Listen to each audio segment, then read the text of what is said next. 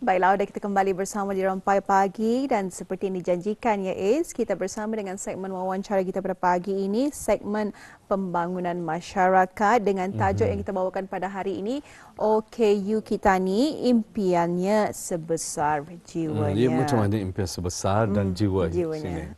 Ya, betul ya. Okey, alhamdulillah. Jadi sebetulnya kita telah pun membawakan narasumber kita di Studio Jubilee Emas TV pada pagi ini sudah pun berada di sisi kiri saya. Kita bersama dengan Yang Mulia Nurul Nazura. Alhamdulillah kita sebetulnya akan memperkenalkan dengan narasumber kita sebentar nanti. Namun sebetulnya kalau kita ni berbicara mengenai dengan OKU kita ini. Jadi kalau OKU itu saya rasa maksudnya adalah orang kelainan upaya. Betul sekali Ramiza. Jika kita perhatikan ya, kalau di luar negara orang-orang OKU ini kan, mereka juga taraf kehidupan mereka seperti orang yang normal. Mereka akan melakukan pekerjaan seperti orang normal. Ya, itu pernah saya lihat sewaktu kunjungan saya ke Republik Singapura. Jadi saya amat kagum sekali. Mereka tidak diabaikan, tidak dikecualikan daripada melakukan aktiviti, maksudnya kerja-kerja untuk mendapatkan rezeki ya. Dan alhamdulillah di negara kita ini juga sudah berusaha untuk memberi mereka peluang. Jadi yang akan memperkatakan mengenai dengan perkara ini bersama dengan tetamu kita. Kita perkenalkan. Sekali lagi kita perkenalkan ya Yang Mulia Nurul Nazura binti Jaya selaku pemangku penolong pengarah bahagian orang kelainan upaya Jabatan Pembangunan Masyarakat berada di sisi kiri saya. Assalamualaikum Puan. Waalaikumsalam warahmatullahi. Alhamdulillah. Apa khabar Puan? Baik. Apa khabar Daud dan Ramiza? Alhamdulillah. Alhamdulillah kami sentiasa sehat ceria. Lebih sehat Ramizah lah ya, lebih ceria. Ya, lebih ceria. Ternyata lebih gula. Tapi itu memang penting sebetulnya Puan ya. Untuk memulakan di awal-awal pagi ini, mood kita ni, aura kita ni mesti lebih ceria lagi, betul? Betul. Kan? Jadi aura kita ni pun mesti macam apa ni positive thinking. Positif, sentiasa ceria, ada happy vibe. Itu yang paling utama. Sebab itu kan dikongsikan arah orang yang berdekatan Semak-Tani kan. Jadi baik, memperkatakan mengenai dengan OKU Kitani ini. Jadi impiannya sebesar jiwanya. Apa ni sebetulnya? Okey. Jadi sebelum nama tu bismillahirrahmanirrahim. Assalamualaikum warahmatullahi wabarakatuh. Jadi pagi ini kita ni ingin tahu bagi yang tidak tahu apa dia OKU itu. Jadi apa dia OKU? Iaitu orang kelainan upaya. Kalau mengikut akta, ialah seorang yang mempunyai kecacatan jangka panjang tingkah laku, komunikasi, perkembangan fizikal, mental, intelektual atau dia yang apabila berinteraksi dengan pelbagai halangan boleh menyekat sepenuhnya dan keberkesanan penyertaannya dalam masyarakat. Ini adalah daripada Akta Orang Kurang Upaya 2021. Jadi pagi ini saya ingin memperkatakan dengan mengenai dengan OKU-nya di sebalik kelainan bis durang itu bis durang juga mempunyai impian besar, kelebihan dari indah kira apa sahaja, baik sukan, baik keusahawanan dan juga kesenian dan kebudayaan jadi kita ni janganlah meremehkan mis dorang ni dengan menidakkan semangat OKU ni dan untuk kemampuan durang Puan untuk menyumbang kepada masyarakat kita ni. Jadi kita ni mesti bagi peranan atau arah bis durang. Kalau kita ni lihatlah di negara kita ni pun ekosistem pembangunan OKU ni dilihat secara holistik.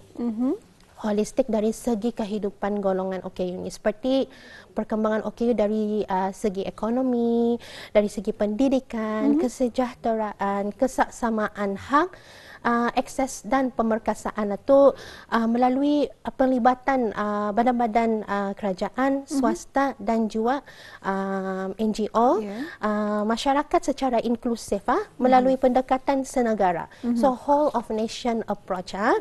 Jadi itulah sedikit mukadimah daripada saya. Alhamdulillah.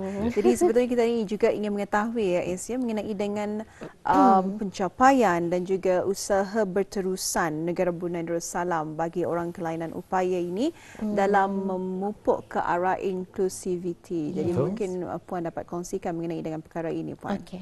Jadi di antara pencapaian atau kita ni lihat dulu dari sudut aspek rangka perundangan dan perlindungan sosial.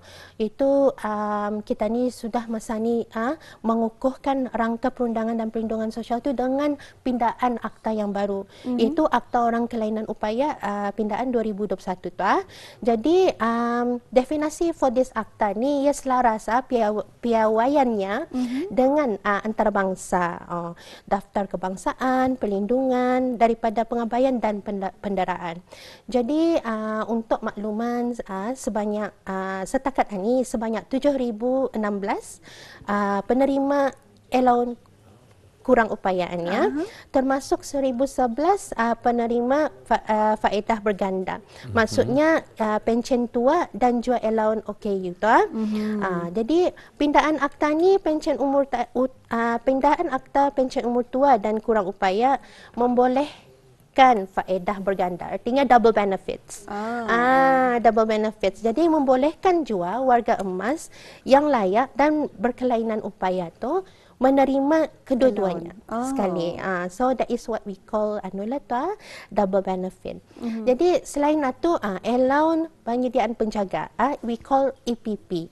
Jadi ini we receive bagi yang menjaga misalnya ibunya ataupun penjaganya, adik-beradiknya boleh memohon allowance penyediaan penjagaan ini, iaitu RM250 sebulan. Bagi orang appreciation, pengiktirafan peranan penjaga tu. Kerana penjagaan ni mereka lah yang menjaga kadang-kadang masa mereka, kadang-kadang memang ada burnout tu dan sebagainya. Jadi oleh itulah ada penyediaan penyediaan penjagaan ini. Okey. Jadi jumlah OKU yang berdaftar dalam pendaftaran kebangsaan ni POKU, we call PK OKU. Pendaftaran kebangsaan orang kelainan upaya setakat ini dari Oktober 2021 hingga Jun ada sebanyak 5,197. Okey. Jadi itulah sedikit sebanyak mengenai dengan info pada yang tidak mengetahui. Jadi OKU ni indah terkecuali dalam bidang pendidikan, education. Dorang ni hak dorang belajar, hak dorang berkembang.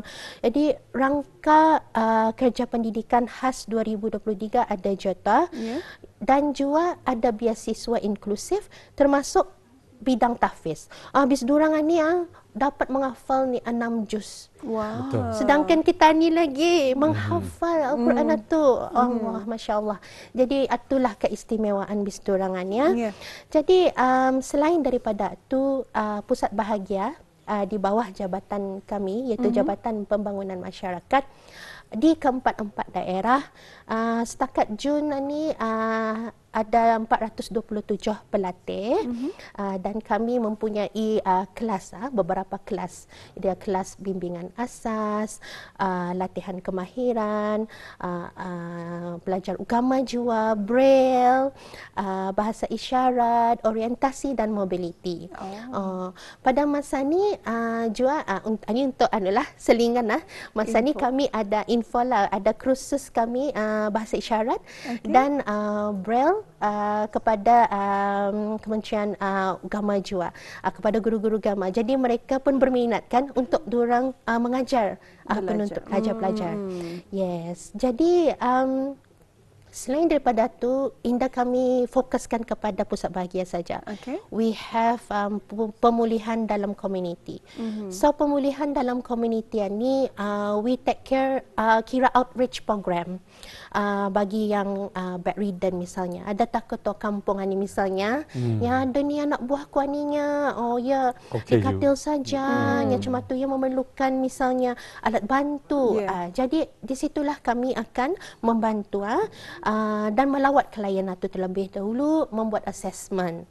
Jadi alat bantuan ni disediakan melalui tabung OKU, iaitu Toku, we call Toku, sejak 1981 lagi, iaitu seperti alat bantu mobility. Itulah. Jadi, panjang ni. Banyak. Tadi sudah kita ni cover rangka perundangan dan perlindungan sosial. And then kita ni cover pendidikan. Now we cover pekerjaan dan pemerkasaan ekonomi. Jadi recently last year we have Jelajah Kerjaya Job Center. Ni masa tu ada lebih daripada 100 lebih peluang kerja inklusif untuk bis dorangan ni. Jadi Jerayawara tu adalah berkesan juga untuk outreach kepada mereka yang mahu bekerja bis dorangan ni. Jadi agensi terlibat yang mewujudkan tempat inklusif adalah seperti misalnya JAPEM, JPD, DITAP, ada ni bis dorangan ni bekerja di sini Jabatan Kerja Raya dan jua swasta. Jadi kami mewar-warkan ambil OKU kami ni bekerja. Bis dorangan ni very teliti ni, lutanan ni kalau bis kita ambil bekerja. Bis dorang pun dapat membuat apa yang orang normal dapat buat. Sepertinya Daud tadi tu. Yes. Jadi our pelatih, bekas pelatih ada sekitar 65 orang sudah tu. Setakat Jun yang diambil bekerja. Jadi kami tadi ada latihan industri kan toh. Jadi latihan industri ni dorang daripada program latihan industri tu kami ada 10 orang pelatih. Jadi ada 2 orang pelatih kami di pusat bahagia yang memperoleh pekerjaan sudah.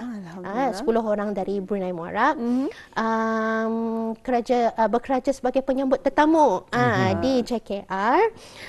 Dan juga ada 2 orang juga yang diambil di Semata. Seorang itu jadi assistant therapist. Jadi therapist lah. Dia punya adalah intellectual itu.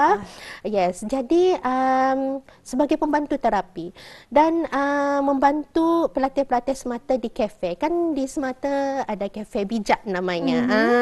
Jadi dan yang terbaru ni seorang daripada kami diambil bekerja di Ideal, restoran Ideal. Alhamdulillah. Jadi itulah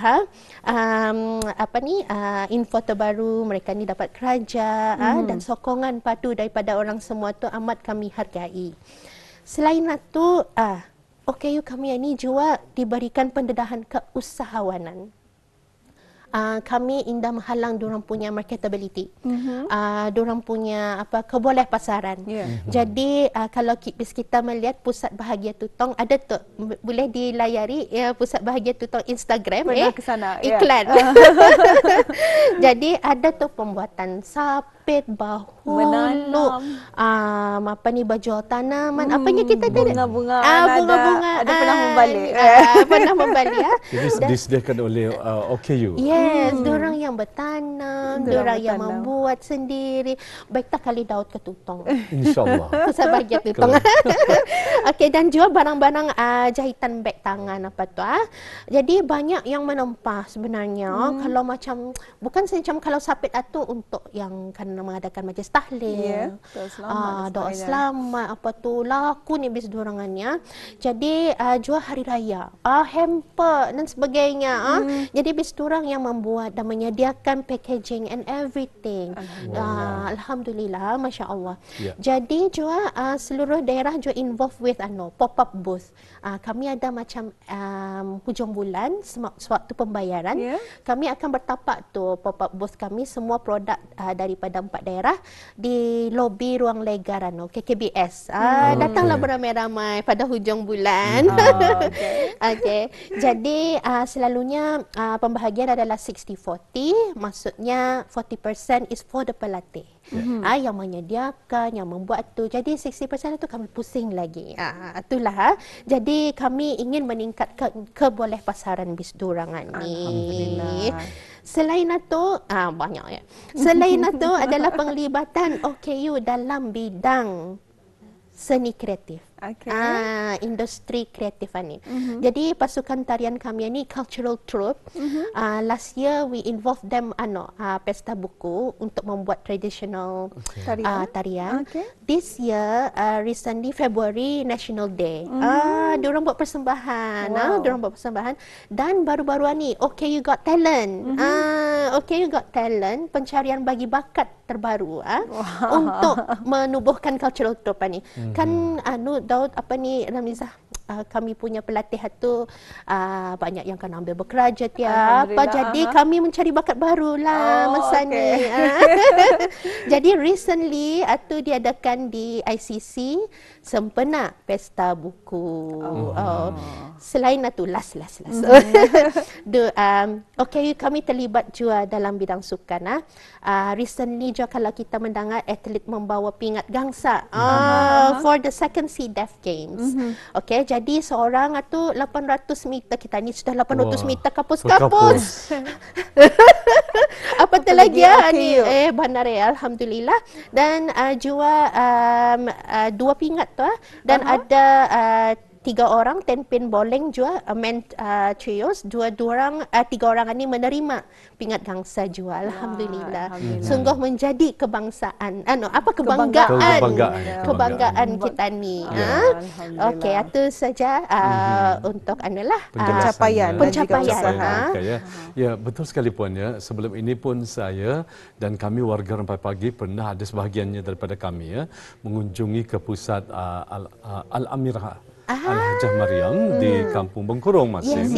Dan di sana Ketani boleh nampak hasil kerja diorang ya, menghasilkan kraft tangan contohnya yang sungguh luar biasa sekali. Jadi ini terbukti dan dapat Ketani nampak bahawa mereka sangat berbakat besar. Jadi bila memperkatakan mengenai dengan tadi Puan ada menyebut mengenai dengan OKU Got Talent ya. Jadi sejauh ini bolehkah Puan ceritakan dengan lebih lanjut lagi mengenai dengan program-program baru yang akan diungkayakan oleh pihak BIS kita sendiri. Macam mana? Okey, jadi OKU Got Talent ni adalah untuk mencungkil bakat BIS orang. Bukan mencungkil ambuyat. Lampar. Boleh juga. Jadi mencungkil bakat mereka dari segi nyanyian, tarian dan bermain muzik. Jadi masa tu bagi yang suka ada bakat, ada bukan bakat luka, ada talent menyanyi di kereta, menyanyi di kamar mandi, menyanyi di TikTok, baik tah tampil ke hadapan. Jadi masa tu kami one of the objective lah. So they did tampil ke hadapan. Alhamdulillah program ini mendapat sambutan selama lebih kurang 20 peserta menyertai uji bakat tersebut. Sudah diadakan? Ya, setelah diadakan minggu lepas pesta buku. Yes. Jadi syarat-syarat sebenarnya tiada had umur, terbuka kepada semua kategori. Jadi ni sekarang bisdurangan ni nanti akan dipilih 12 orang ni pada kemuncak program nanti pertandingan OKU Got Talent final. Kembali lagi.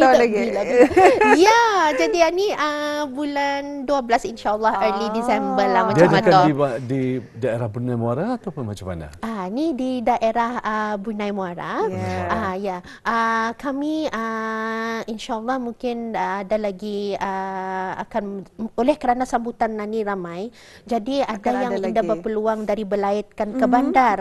Jadi mungkin ni ada lagi satu uji bakat, final uji bakat akan diadakan di daerah Belait. Jadi dapat orang Tutong ke Belait macam itulah. Jadi pencarian itu mungkin belum sampai di sini sahaja akan diteruskan dan membawa kepada final pada bulan 12 nanti. Ya. Yes, pada itulah. Jadi sempena hari antarabangsa OKU tu bulan 12 yang jatuh pada 3 Disember. Yes. Alhamdulillah. Jadi pastinya ya kepada adik-adik kita maupun belia-belia di luar sana yang nyorang dalam tahap OKU pada ketika ini, mungkin menyaksikan Ketani pada ketika ini, ini merupakan peluang sebetulnya untuk mengikuti Got Talent bagi OKU. Bukannya Asia Got Talent. OKU Got Talent. Kami sebenarnya mengambil inspirasi dari Bintang Search juga. Satu ya. Alhamdulillah. Brunei boleh buat. Artinya boleh ni. Boleh. Apatah lagi OKU Got Talent. Ya. Jadi orang dah ada timbul pengecualian ya. Jika dibandingkan dengan orang yang normal bersama dengan orang OKU, mereka itu Ketani itu perlu berjalan seiring ya Puan. Sama-sama Ketani orang ada hak di dunia ini untuk merasakan macam mana untuk dihargai, macam mana untuk disayangi ya. Betul. Alhamdulillah. Jadi dengan usaha serta ungkayah yang telah pun dan yang akan dibuat ini, insya-Allah akan membuka lagi ruang kepada mereka untuk memperolehi pekerjaan misalnya ataupun mencana pendapatan mereka. Ya. Betul. Jadi ada success story-nya tersendiri. Jadi mungkin untuk success story ini Puan mungkin dapat kongsikan lebih lanjut lagi, silakan. Jadi success story ini saya memberikan contoh dua orang lah pelatih tu. Jadi Muhammad Zul Afendi 34 tahun yang ni OKU pendengaran. Menghasilkan model seni craft iaitu model seni craft itu dari magazine tu jadi ia roll dijadikannya sebuah masjid. Wow. Paper. Okey. Macam kalau kita ni Lego saja, kita ni melihat Lego, tapi ini ya roll and dijadikannya satu bangunan. Surat khabar. Yes. Magazine, surat khabar yang lama tu. Jadi ia memerlukan kesabaran tu tau. Kalau saya lihat, wah, ia membuat tu teliti, lutanan, itulah. Jadi dihasilkan dan dipamerkan. Inilah one of our success stories. Telah pun dipamerkan. Telah dipamerkan, ya. Jadi ia ni menjadi kebanggaan kami lah. Pasalnya ia pernah sampai jua ke negara lain, pernah sampai ke New York jua. Ia punya bangunannya. Jadi kalau macam ada cenderahati boleh beli, boleh beli untuk cenderahati. Masa tu ada yang berlayar ke US jadi untuk cenderahati masa tu tapi anulah membawanya pun bisa-bisa itu kami. Jadi kalau masa tu kami pergi ke lawatan ke KK baru-baru ni pakai bas. Jadi kami bawa masjid Sultan Omar Ali Saifuddin. Happy sangat because itu adalah balasan lawatan. Dorang melawat kemari, kami lawat ke sana. Dorang aing sudah nanti kalau kami dapat tasyuk ni. Ni alhamdulillah. Jadi ia punya ia punya profit dapatan adalah untuk ia seorang saja. Pasalnya ia yang Masa kita ni tinggal ada 2 minit lagi Puan ya. Untuk kejayaan kedua mungkin untuk ia seorang lagi apa tu? Mungkin dapat dikongsikan sedikit. Ni ia OKU Autism. Jadi ia pelukis seni acrylic, kaligrafi. Namanya Wangku Syahmi Hafizan.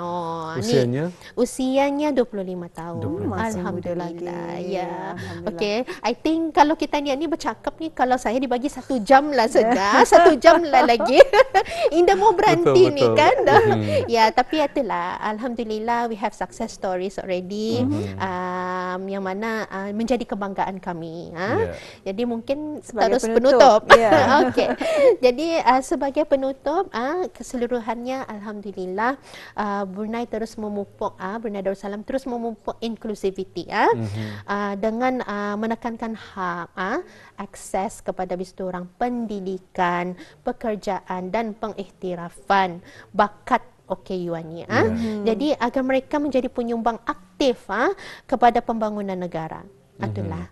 Baik Puan, nanti andainya ada kesempatan pihak Rampai Pagi akan membuat satu package program ya. Apakah ianya boleh kami nanti untuk pihak BIS kita menampilkan kepada contohnya 2 orang OKU ini yang telah menghasilkan replika masjid ya, daripada kertas. Betul. Dan yang satu lagi tadi lukisan tersebut nanti.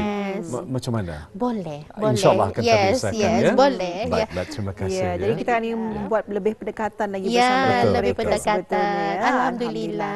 Jadi untuk itu kita ucapkan terima kasih Puan atas kesudian masa dan tenaga bersama dengan kami berdua dan juga penonton di luar sana untuk mengongsikan tajuk yang telah pun dibentangkan pada pagi ini. Tahniah juga kita ucapkan ya. Ya. Ya, baik. Alhamdulillah. Assalamualaikum Puan. Waalaikumsalam warahmatullahi